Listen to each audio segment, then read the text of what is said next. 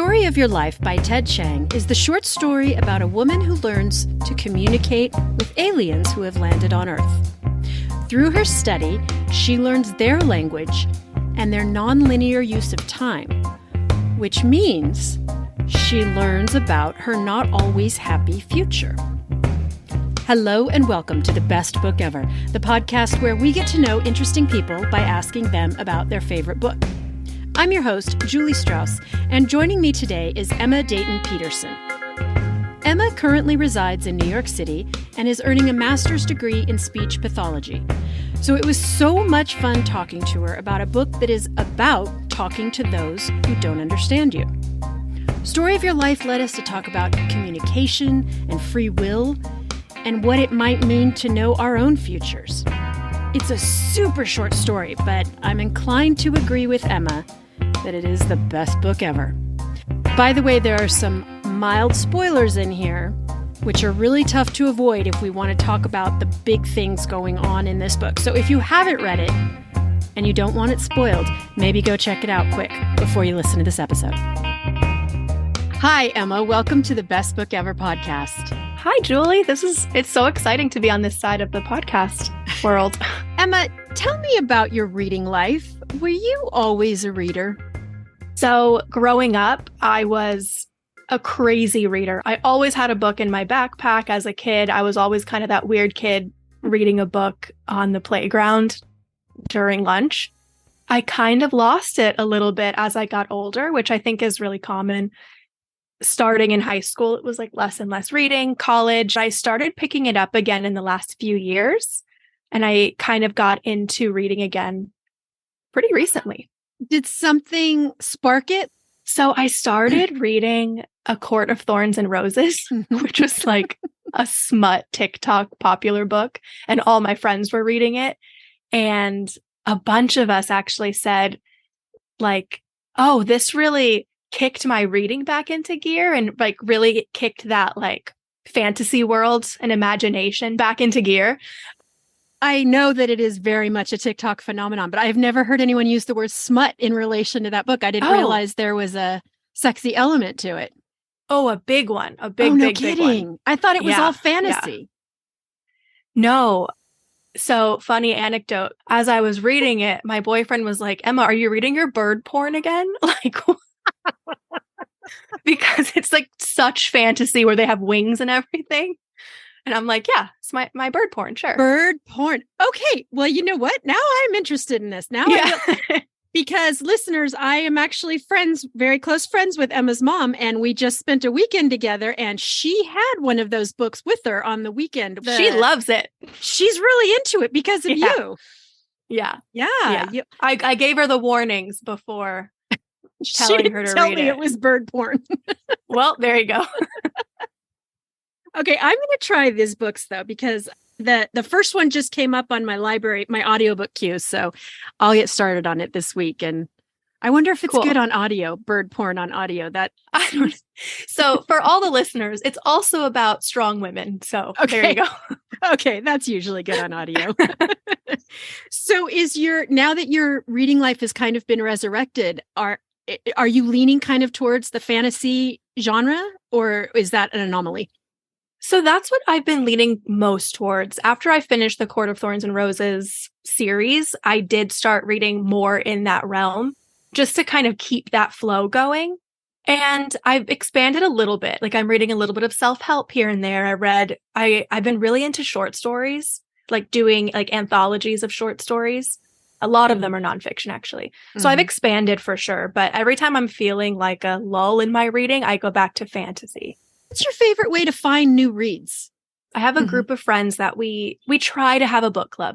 So I say try because we always have a date to meet up and we always have to move it because nobody read the book yet or nobody's finished.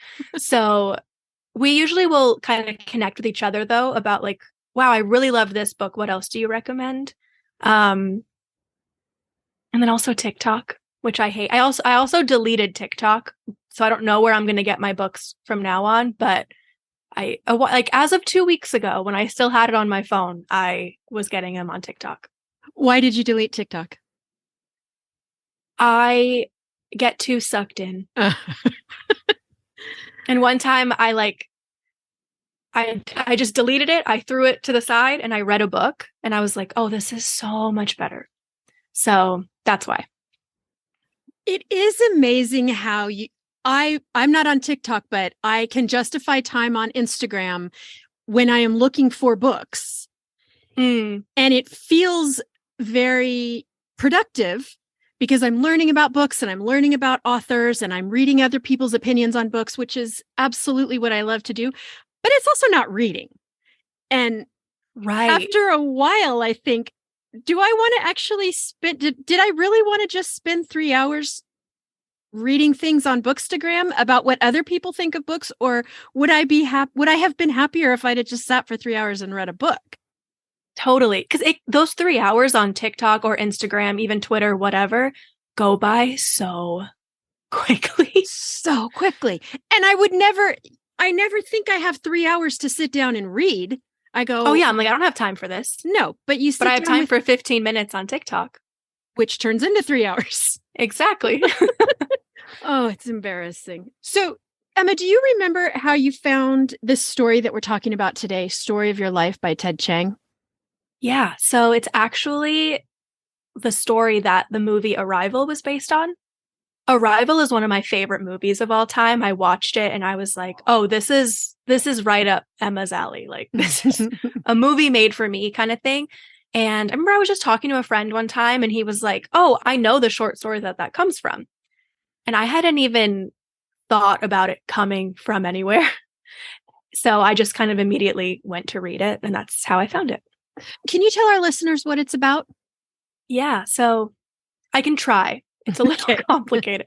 So if you've seen the movie Arrival, it makes a lot more sense. But even if you haven't, it's essentially a linguist is hired by the government to learn about the language skills about an alien that comes to Earth.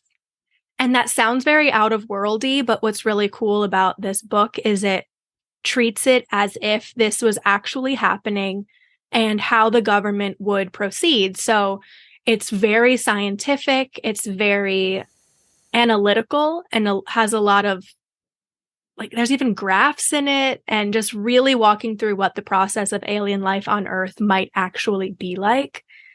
And with a really heavy focus on language and how to communicate with a species that has a completely different language pattern than we do.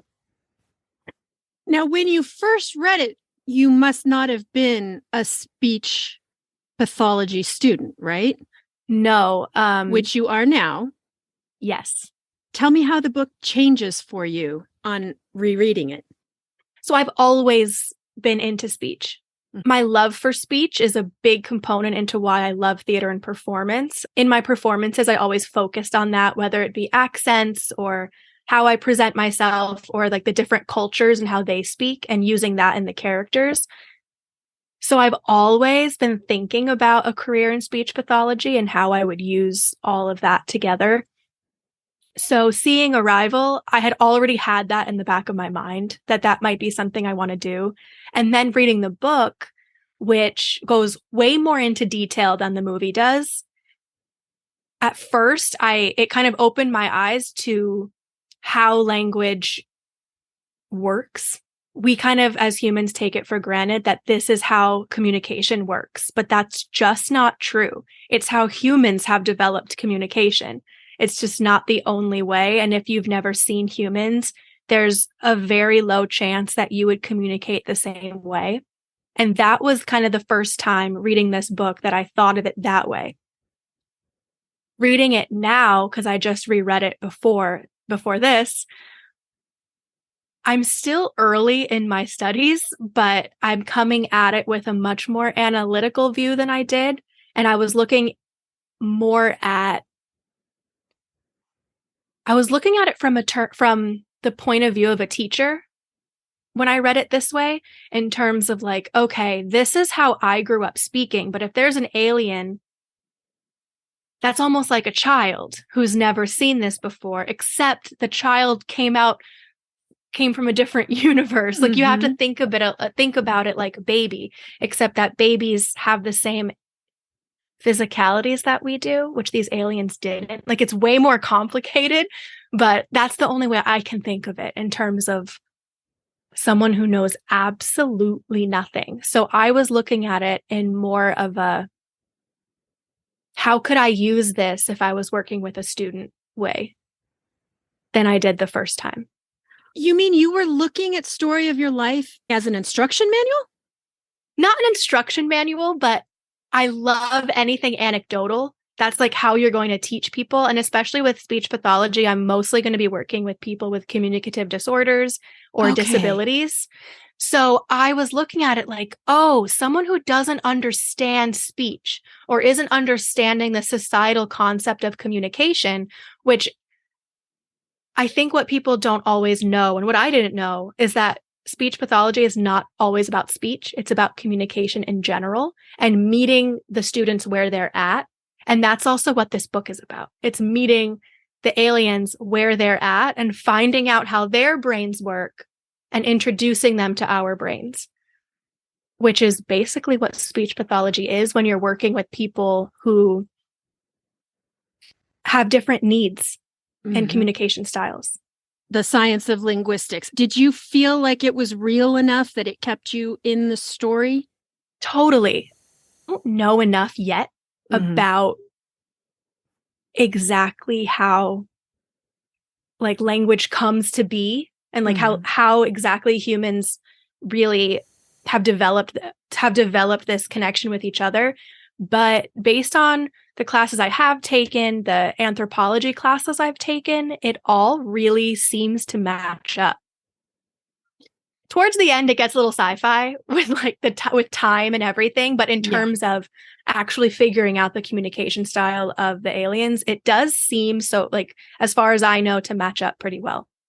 This is one of those books, and I'm not a big sci-fi fan. If I had not seen the movie first, I would not have stuck with this one because I get sort of childishly impatient with sci-fi when instead of just listening and learning, I start going, the tenses are shifting. I don't understand what's happening. And that happens. The main character is talking to her daughter and she shifts tenses where she speaks in the future, but as if it happened in the past because of the way she now understands time.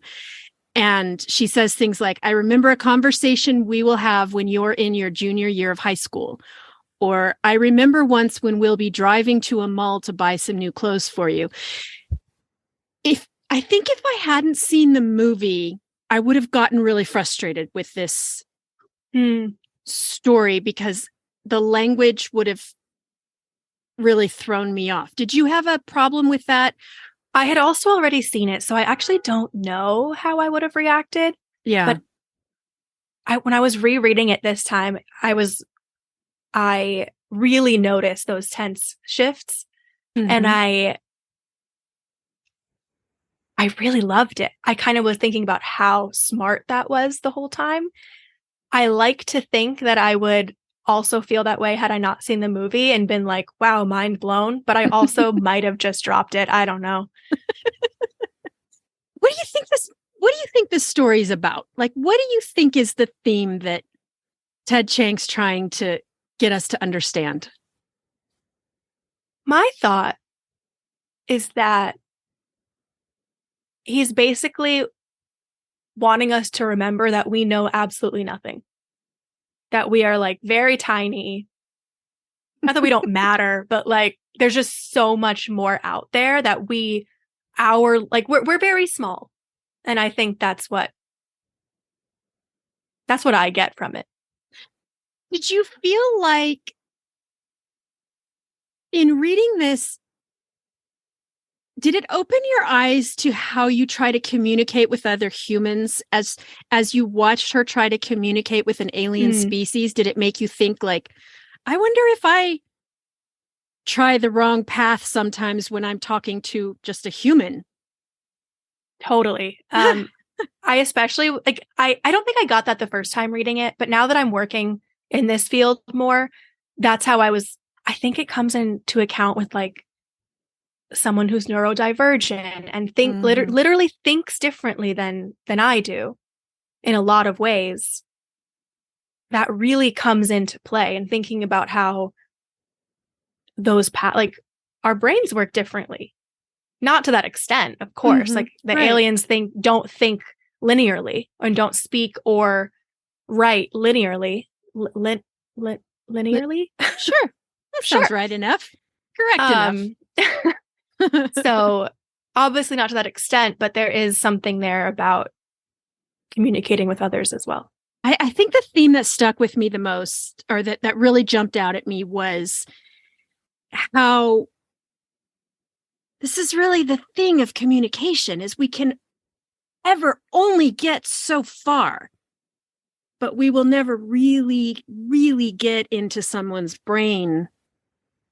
That, I think what's cool is that they kind of at the end of the story do give her that, though. They like gift her with the ability to understand their brain. Not completely, but to see the world how they see it. Yes. Which then opens up the huge question, because she can see her future the way they can see the future. I mean, I guess the big question is, do you want to see the future? Do you want to know every conversation, every word, everything, every bad thing that's going to happen? Do you?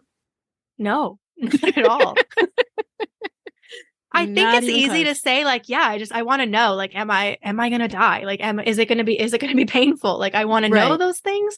But at the same time, I don't know how I could be sitting here living this moment right now, knowing what's going to happen next. How do you ever live in the moment? But that's what's really cool in the book, because she does. She somehow manages to choose her life, to choose to keep living in the moment as best as she can. Mm-hmm. So maybe having all that information is calming in a way, because she kind of doesn't have control, just like we don't have control. So it might cancel each other out. Yeah, that's the question. The existence of free will means we cannot know the future. Because if we know the future, we don't have free will. Yeah. Right? If I know what's going to happen tomorrow and I don't want it to happen, and I'm choosing not to do that thing, then I don't know what's going to happen tomorrow. So you don't get both things. Right. And then it's interesting because her husband gets so mad when he finds out, which I completely understand. Yep. Because he would have made a different choice. Yep. Yeah, like she takes away that choice from him. Oh man, I don't want her life. Like, I'm good. I don't want the gift from the aliens. I know she saved the world, but I don't want it. No, but I did find myself envying it in some ways, in that this is so hard to, we're sort of being hesitant because there's a big spoilery thing, but she learns something very sad that is going to happen in her future, and she decides to proceed with going through the future exactly anyway. And every mother I know wishes they had spent more time just savoring their children. And I actually, I don't even think it's just motherhood. I think it's all of us. You know, when we have to say goodbye to someone, we all wish, I wish I had spent more time with this particular person. And watching her proceed through her life, knowing that she knows what's coming, and the way she sort of savors these moments, was very moving to me. Because it made me think, like, if I knew I had this many days with this specific person, if I knew the exact day it was going to end, I would never let that person out of my sight. I would, you know what I mean? And so in a way, it sounds awful to know the information, but it also would make it very, very sweet. That's true. But it's interesting when you put it that way, because we kind of do know. We don't know when, but we know bad things are going to happen, and we still tend to waste time, for lack of a better word. You're so right. I mean, it's very different. Like, she knew too many details, but... Yeah. No, but you're right. But we all do know every relationship is eventually going to end somehow. Right. What I was impressed with throughout the book with her is that she still gave her daughter full freedom. Mhm. And that daughter fully lived her life. She was allowed to do whatever. She wasn't glued to her mom's hip. And that's what I found really impressive. And maybe there's a freedom in knowing that nothing you can do will change anything. So just let them be. So I'm assuming that she was looking at her daughter as like, well, I can't change anything. It might as well be the best 25 years that it can be. Yeah, you wouldn't sweat the small stuff at all. Because you'd be like, no, because you'd be like, the big this thing. Isn't it. Like, whatever. This isn't it. Right. Whereas when you're going through your daily life, you sweat the small stuff because you always think like, is this it? Is this it? Yeah. That's just how I go through life. I mean, same. Yeah, I hear you. It is a deceptively deep story for such a slim. I mean, the copy that I read, I think it's 40 pages. Holy moly, there's 29. Like it's only like 29, depending on the size, but like 29 pages. Yeah, it is such a small. Much. There is so much going on in that. And I will recommend that anyone who's intimidated by sci-fi to watch the movie, because you watch the movie first. Yeah. The movie is one of the best movies I've ever seen in my life. What a beautiful interpretation of this story. Yeah, I think they did a really good job of making it clear and like easy to follow and beautiful. I think that's the thing about sci-fi, that the point that I always miss in sci-fi is that good sci-fi is not just for science geeks. It illuminates human emotion, which this is one of the most emotional movies and now stories I've ever read, even though if you are also super into the science of language acquisition, you would geek out big time about this. Yeah. Yeah, for sure. In my class that I'm currently taking, I'm taking hearing sciences audiology. Okay. Which isn't exactly about speech, but the first question our professor asked us was, how would you explain hearing to an alien? Which is just so fitting for this whole thing. And I'm ending the class this week, and the closing question was, how would you describe hearing to an alien now that you've taken the course? And I was also reading this book at the same time. And I was like, oh, I got this in the bag. Like, I can explain so much about aliens. So how would you? Oh, the sentence I came up with this like the first week of class, and I still stick by it, is that hearing is like seeing without a visual. Basically, hearing and seeing, you're essentially just gathering information. And like, I think that was kind of clear in this book as well. The aliens are absorbing information differently than the humans are. And that means that they're hearing things differently as well. Like how it enters their brain is going to be different. But if you're explaining hearing to something that has never heard anything, or doesn't know what sound is, because maybe they don't have ears, like how do you explain hearing? It would be like, assuming they can see. My interpretation is that like it's like you're seeing an image, like you're gathering all of that information, but you can't see it, but you're getting the same information. That's essentially it, right? It is essentially data collection. That's all communication is collecting data about the other person. That's why if you're blind, you can still fully communicate. If you're deaf, you can still fully communicate. If you're mute, you can still fully communicate. It's different, but you're still gathering the same information. God, that's a hard one. I have no idea how I would answer a question like that. Most people answered a lot more scientific than I did. That's what I was going to ask. I would imagine that the answers range from very esoteric to very, very technical. Yeah, you could see like people's personalities in there. Like you could tell I'm a theater major when I'm like, hearing is seeing, but you can't see anything. Very theater of me. Perfect. I love it. Now, have you read anything else by Ted Chiang? Oh, when I read that book, I had his like anthology of short stories, I guess, or I don't know what to call it, but And I remember starting a couple and I just never finished them. I'm also always reading like 2 or 3 books at a time. So I don't know if I just moved on to something else or what, but I never read anything else. So tell me, what is on your nightstand right now? So I'm currently about to finish Untamed by Glennon Doyle. I'm a couple years late, but so good. My little book club, we're all reading it. So we'll see if we ever all finish and have a little meeting about it. And you're enjoying it? Yeah, I really love it. I have a lot of highlighted things in there that are really empowering. I find a lot of it really empowering. There was one line I just read my last time reading it, and she said that the next book she writes, a lot of this will probably change because she's always growing and learning. And that was really cool to me. I really like her way of looking at the world as always gathering new information, and that all her books are like a progression of her growth. So that's been really cool.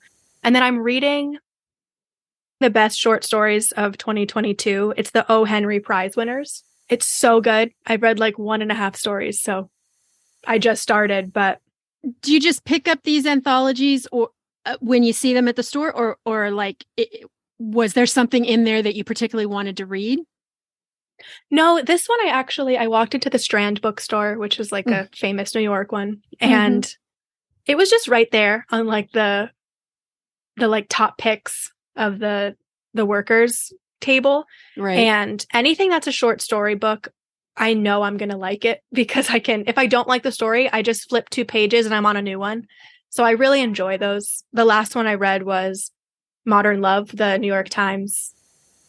What's it called? It's a column, isn't it? It's a column. Yeah. So it's the column, and then there's like 3 anthologies of them. And one of them is like the most recent one I read recently. And you liked it? I love it. It's just sweet and uplifting and sometimes sad, but still like very real. It's all nonfiction about relationships, and that's my jam. So, and also made into a show, right? It's a Netflix show or something. Do you watch it? It's on Amazon. I've watched most of the episodes. So it's one of those that you can watch any episode. They're all different. Oh, okay. And yeah, because each one is an individual story. And then it's also a podcast, which is cool. Oh, I didn't know that. And like each one's a different reader. And I think some of the authors recorded their own, but not all of them. Some of them are actors. I've listened to a couple. I actually just found it this week, so I'm just catching up. And what's next for you? Do you have anything on your wish list right now? I'm in the middle of a fantasy series. Another smutty one. So yeah. In like the same category. So I'm like, it's very similar. It's like this girl, she finds out she was like kidnapped, but then finds out that he was actually the good guy. And then like that whole thing, but then turns out that she's more powerful than him. He's really supportive of it, lets her lead. Like that's my kind of, a girl in charge. I'm there for it. You're all in. Yeah. So, and what's this series? That's what it is called From Blood and Ash. It's a good one. There's like 4 or 5 books in that one. So I'm on this third. Yeah. All right. Well, this is now 2 new smut series for me to check out. I'm very excited. I'm happy to expand your repertoire to the bird porn. Yes, thank you. I would never have found it on my own. Well, Emma, why don't you share with our listeners where they can find you? You can follow me on Instagram at Emma_Dayton, Dayton, like the city. And that's it. Excellent. Well, I want to thank you for joining me today. It has been so delightful talking to you, as always. And I hope you'll come back anytime you have a story you want to share with me, because I certainly wouldn't have picked this one up on my own. And it was really, really fun to read and to think about talking to you about it. Awesome. This was really great. Thank you for having me on. Bookworms, I would love to hear if you've read any Ted Chiang books or if you've seen Arrival and what you thought of them. Let me know what you think over on Instagram at Best Book Ever Podcast. Links to everything Emma and I discussed are available on the show notes. Don't forget to subscribe to the new weekly Best Book Ever Podcast newsletter at bestbookeverpodcast.substack.com. Thanks for joining me today, and as always, I will see you at the library.